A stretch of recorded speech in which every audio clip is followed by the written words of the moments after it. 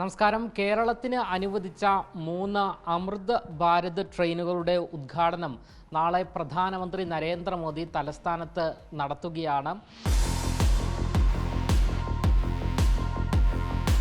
എന്തായാലും തിരുവനന്തപുരത്ത് നിന്നും പുറപ്പെടുന്ന അമൃത് ഭാരത് ട്രെയിന് ഇപ്പോൾ തിരുവനന്തപുരം സെൻട്രലിൽ എത്തിച്ചേർന്നിട്ടുണ്ട്.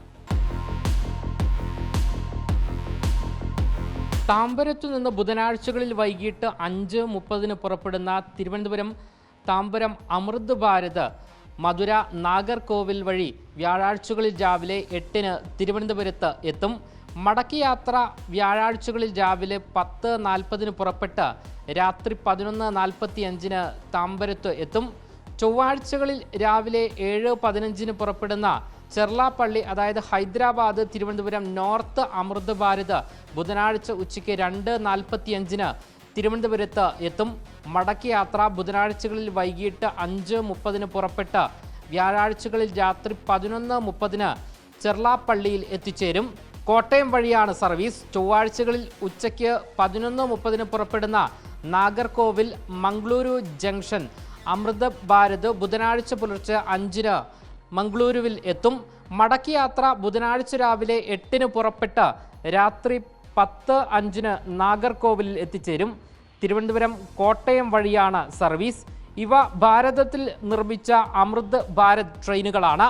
സാധാരണ യാത്രക്കാരുടെ സൗകര്യം മുൻനിർത്തി രൂപകൽപ്പന ചെയ്തിരിക്കുന്ന ഇവയിൽ എയർ കണ്ടീഷൻ ഇല്ലാത്ത സ്ലീപ്പർ കോച്ചുകളും പൊതുജനങ്ങൾക്ക് കൂടുതൽ പ്രയോജനപ്പെടുന്ന രീതിയിൽ അധികം അൺറിസർവ്ഡ് കോച്ചുകൾ ഉൾപ്പെടുത്തിയിട്ടുണ്ട്. കുറഞ്ഞ ചെലവിൽ സുരക്ഷിതവും സുഖകരവുമായ യാത്ര ഉറപ്പാക്കുക എന്നതാണ് അമൃത് ഭാരത് ട്രെയിനുകളുടെ മുഖ്യ ലക്ഷ്യം.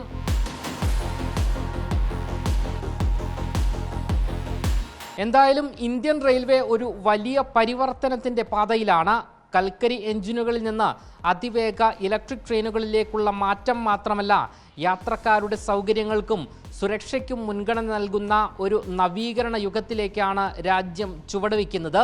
ഈ മാറ്റത്തിൻ്റെ പ്രധാന അടയാളങ്ങളാണ് വന്ദേ ഭാരത് എക്സ്പ്രസും അമൃത് ഭാരത് എക്സ്പ്രസും.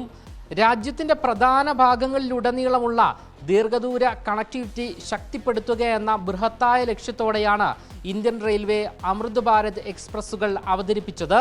സാധാരണക്കാരായ യാത്രക്കാർക്ക് കുറഞ്ഞ ചെലവിൽ ദീർഘദൂര യാത്രകൾ സാധ്യമാക്കുക എന്നതാണ് ഇതിൻ്റെ പ്രധാന ലക്ഷ്യം. അതുകൊണ്ട് തന്നെ ആയിരക്കണക്കിന് കിലോമീറ്ററുകൾ താണ്ടുന്ന അന്തർ സംസ്ഥാന സർവീസുകൾക്കായാണ് അമൃത് ഭാരത് രൂപകൽപ്പന ചെയ്തിരിക്കുന്നത്. എന്തായാലും അമൃത് ഭാരത് ട്രെയിനുകൾ ഒരു നോൺ AC സർവീസാണ്. എന്നാൽ പഴയ ട്രെയിനുകളേക്കാൾ വളരെ മെച്ചപ്പെട്ടതും സുഖപ്രദവുമായ സീറ്റുകൾ, ആധുനികമായ സുരക്ഷാ സവിശേഷതകൾ എന്നിവ ഈ ട്രെയിനിൽ ഉണ്ട്. സാധാരണ സ്ലീപ്പർ ക്ലാസ് യാത്രക്കാർക്കും ജനറൽ ക്ലാസ് യാത്രക്കാർക്കും വേണ്ടിയുള്ള നവീകരിച്ച പതിപ്പാണിത്. അതേസമയം ടിക്കറ്റ് നിരക്ക് നോക്കുകയാണെങ്കിൽ വളരെ ലളിതവും സുതാര്യവും താങ്ങാനാവുന്നതുമായ ഒരു യാത്രാ നിരക്ക് ഘടനയാണ് അമൃത് ഭാരത് എക്സ്പ്രസ് പിന്തുടരുന്നത്. സാധാരണ മെയിൽ അല്ലെങ്കിൽ എക്സ്പ്രസ് ട്രെയിനുകളേക്കാൾ വലിയ വർധനയില്ലാതെ തന്നെ സാധാരണക്കാർക്ക് ആധുനിക സൗകര്യങ്ങളോടെ യാത്ര ചെയ്യാൻ ഇത് അവസരമൊരുക്കുന്നു. ബഡ്ജറ്റ് പരിഗണിക്കുന്ന വലിയൊരു വിഭാഗം യാത്രക്കാർക്ക് ഇത് ഏറ്റവും മികച്ച ഓപ്ഷനാണ്. എന്തായാലും നാളെ തലസ്ഥാനത്ത് എത്തിച്ചേരുന്ന പ്രധാനമന്ത്രി നരേന്ദ്രമോദി 2 ചടങ്ങുകളിലാണ് ഒരേ സമയം പങ്കെടുക്കുക. അതായത് ഈ 3 അമൃത് ഭാരത് ട്രെയിനുകളുടെ ഉദ്ഘാടനം, അതിനുശേഷം തിരുവനന്തപുരം നഗരസഭയുടെ വികസന രേഖ അവതരിപ്പിക്കും. ഇതിൽ ഉൾപ്പെടെ വലിയ സർപ്രൈസാണ് BJP ഒരുക്കിയിരിക്കുന്നത് എന്നുള്ള സൂചനയാണ് നമുക്കും ലഭിക്കുന്നത്. ക്യാമറമാൻ അഖിൽ അശോകിനൊപ്പം അമൽ രുദ്ര, മറുനാടൻ മലയാളി, തിരുവനന്തപുരം.